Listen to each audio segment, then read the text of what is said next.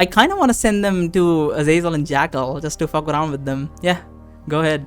Azazel, morale increases too. Azazel hunts you in your own form, and from what you can gather, Azazel wants to kill GaalMagus, which of course is who you're pretending to be. In any case, the succubus is near. She's crafty and certainly a threat. Azazel is near. I spotted her in a yonder ruin. You say, pointing towards the partially ruined building she had held you captive. Her skin is red with white tattoos and is the company of a man in plate mail, a dog-faced demon. The Bane demon smiles. We shall seize the natch. She may have taken a different form, you say. I know, my lord. I'm not an idiot, he says, bowing. That sounds like disrespect to you. However, you have no idea what demon consider polite. You hedge your bets by making a sort of growling noise. The Bane demon stiffens. We shall find her scent and track her down. You want her alive, of course, for your amusements? No, slay her outright, you say. His eyes widen in surprise. He shall be the one to crush her soul, says Egra. You offer him a great boon, perhaps even what might be called kindness. Although you don't want to show kindness in your role as GaalMagus, Azazel is simply too dangerous for capture. Not so much as a thank you for your generosity. The Bane demon turns and slithers away, shouting orders to find Azazel. Meanwhile, you take a moment to look around. Azazel can take other forms, and for all you know, the Bane demon might actually be Azazel. No, says Egra, who is obviously listening to you in your thoughts. Succubi can take only humanoid shape and only around a certain size. Azazel could not change shape into a huge serpent monster such as that. Although Egra lies, sometimes for no apparent reason, you have no reason to doubt her on this. You have seen Azazel take a few forms now, and they've always been women, including Maiden Avis. Cause I hope Avis is still alive, you think. Me, not so much, although it would be fun for the two of you to meet again in your present form, says Egra. Form up, you shout. Some demons cock their grisly heads at you, others look at you, another confused. What the fuck? My slaves do not know what that one, says a high-pitched girl-like voice. Shadows form nearby and condense into a succubus only a few meters away. You round on her, pressing the point of your pike to her throat. You appear surprised to see me, my lord, she smiles. Succubus appears very young, the face like a girl's, yet her body is very much that of a woman. Although smaller than other succubi you've seen, her cleavage is absurdly large, her hips are full. She has massive curved horns, not the small ornamental horns, typically of what you have seen among her kind. I mean, our character's dick is already fucking huge and is fucking being problematic in that fucking GaalMagus armor. If you get an erection, that's gonna be really uncomfortable. So hopefully let's keep off of that subject. Also, it's known at November, so definitely keep off that subject.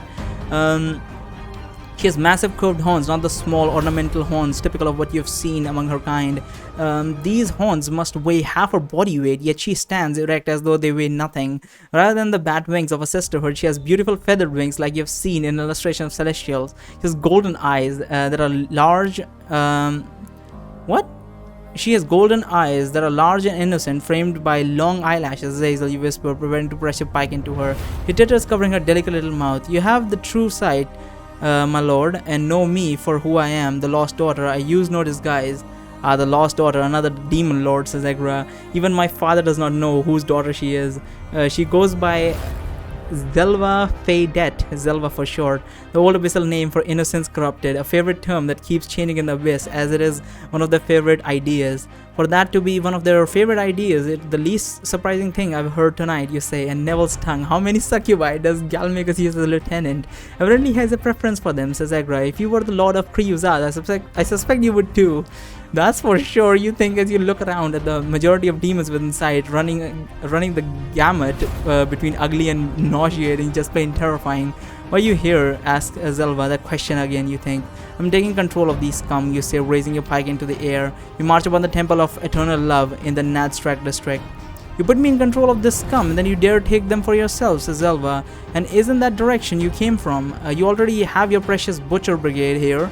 Have the butchers been butchered already? We shall join with the butcher brigade, you say, improvising a lie as you go. We have met with great resistance. Your orders only hours ago were to reinforce Melius. Has the Lich taken the castle? For a slave, you ask a lot of questions, you say, remembering how Azazel spoke to Jackal. She grits her teeth, raises her head up high, lifting her massive horns threateningly. She flutters her huge wings, gusting wind. You square your chest to her, lower the tip of your pike to her chest. She rolls her eyes and shrugs. Very well, very well. Your control is welcome. Good. Give the order to march upon the Nasrat district as I inspect the troops. You say, raising your weapon away from them. March. He says, raising an eyebrow. Our forces are not all here.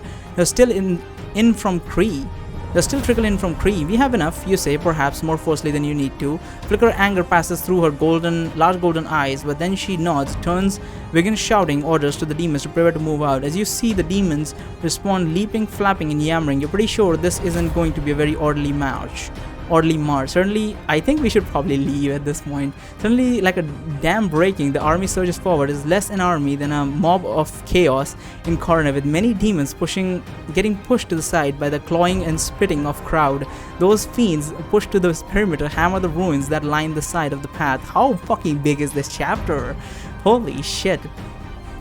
What is happening? My fucking PC fan is just like fucking going ham over here. Like it's getting to be like slightly cold, the temperature, so there's no way it's getting hot or something because there's not many processors running on the PC. I don't know why the fuck is the CPU fan fucking hollering ass. It's so fucking loud. Those fiends push to the perimeter, hammer the ruins that line the side of the street, smashing a wider path. Overhead, the flying demons scream in delight and obviously pleased to be on the move. Some dive down into the ruins. One massive crow-like demon rises up again with a dog in his talons. Thankfully for the dog, he flops motionless, already dead. Zelva is at the head of it all. Her angelic wings... oh, it's ended. I was just talking how long is it. Standing out... perversely in the contrast to the flood of terror around her. Well, we've done it now, you say to Egra. On our way to the Temple of Eternal Love with an army of demons.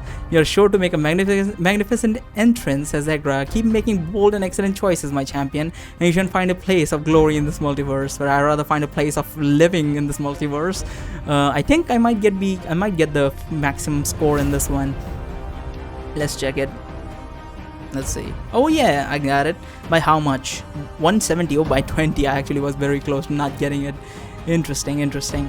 So that is the 19th chapter. That was a fucking ridiculous chapter. Wow. I'm actually that one chapter had so many absurd choices that I would not have liked to see. I did not think this whole situation would end up in this much of a mess. And now, like, we are dressed as GaalMagus. I think we should find some secretive spot and transform back, but then again we are fucking huge and they'll probably see us from a distance, but whatever. I think this chapter has been very interesting. I'm kind of looking forward to what happens when fucking everyone shows. I'm looking forward to a lot of things. I'm looking forward to what happens with Azazel. I'm looking forward to when the Kalak and Drala see the demon horde coming in. I'm interested in what Anuxius will do. I'm interested in where is our boy, what is his name again? Fuck, I always forget his name. The guy that got soul crushed in Wizard's Choice. I forgot his name again. Rupert? No, it wasn't Rupert. I forget, whatever. So he and what happens with those people, and obviously what is happening with the Alathian priest, not Avis, from Wizard's Choice. I again forget the names, but the fucking love interest of the main character of Wizard's Choice. So what's happening with her? And another thing would be when Kriya comes here with the actual fucking, what is his name? The fucking Kalak's apprentice, and what situation conspires after that. That would be very interesting to see. Thank you so much for watching. The link in the description to my Twitter and my Patreon. There's a link in the description to the background music, and there's a link in the description to the game. And we're going to be moving on to the best choices of this chapter. You can go and check that after this. I don't know what the hell I was about to say, but like and subscribe, leave a comment down below, and thank you so much for watching. Bye bye.